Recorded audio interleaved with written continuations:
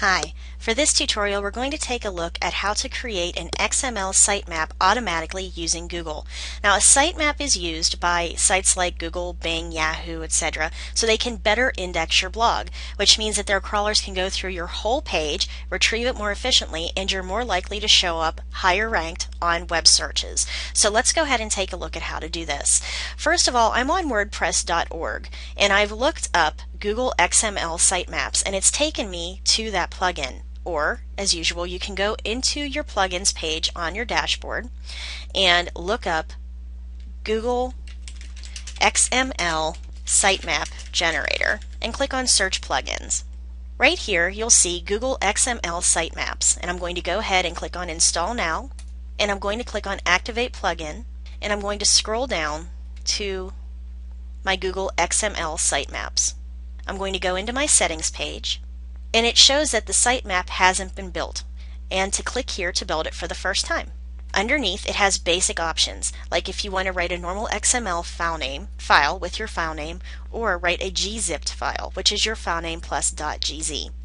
You can choose your building mode, and this will ask if you want to rebuild your sitemap. If you change your content, you should leave that checked just in case you forget later, or you can enable manual sitemap building through a GET request.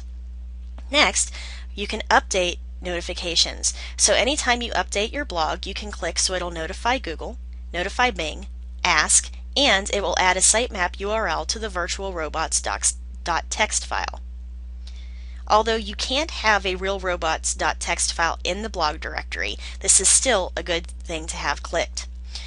There are also more advanced options, including whether you want to limit the number of posts in your sitemap, because it puts the newer posts first, if you want to increase your memory limit, if you want to increase the execution time, include an XSLT sheet, enable in MySQL standard mode, but this is only good if you're getting MySQL errors because it takes a lot more memory, and if you want to build the sitemap in a background process so you don't have to wait when you save the post. I'm going to leave the use default and build the sitemap in background checked. Underneath that, it's going to ask about additional pages, and here's where you can show it if you want specific files or URLs to be included, although they're not in your blog or WordPress. If you want to add a new page, just click right here and fill it out. Underneath is the post priority, and this selects how the priority of the post is calculated. You can skip using this priority calculation, do it depending on the comment count, or how many average comments are on each post. Underneath, we can do an automatic detection. You can put it to a custom location, so you could choose one of those. I'm just going to leave the automatic detection, and this shows me my detected URL and my path, which is going to come in handy when you go to, say, your webmaster tools in Google or Bing.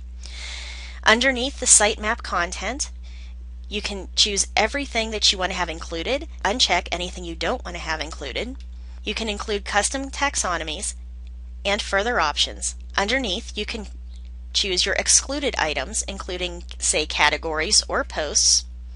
You can change the frequency of how often your pages are going to be crawled by the web searchers. You can set your priorities, and then when you're done, click on Update Options, or you can reset them all.